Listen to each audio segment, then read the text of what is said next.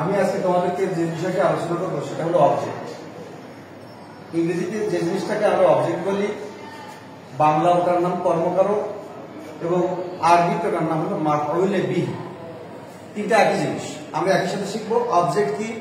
এবং আমরা জানি কারক 6 প্রকার, তার থেকে একটি প্রকার হলো কর্মকারক, এবং সেই কর্মকারক এখানে আমরা বুঝবো।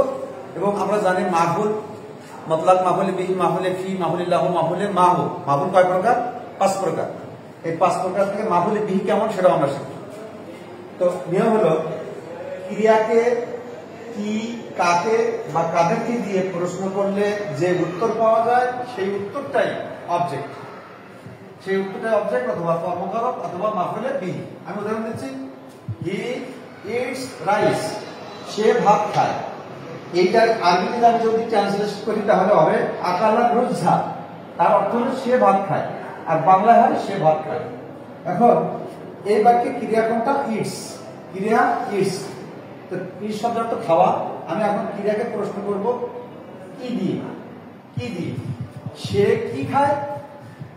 ভাত খায়। সে কি খায়? উত্তর কি? রাইস, রাইস বা ভাত।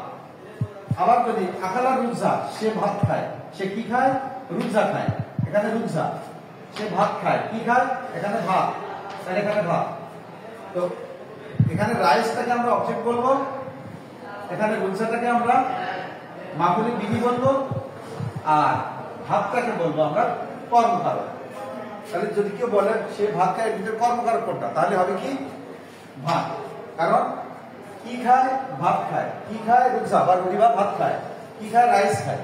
তাহলে উত্তর এই তিনটা একই জিনিস, এবং সেটা হবে কি? অবজেক্ট। আর আরবিতে যদি বলি মাফউলে বিহি, আর বাংলায় বলতে কর্মকারক।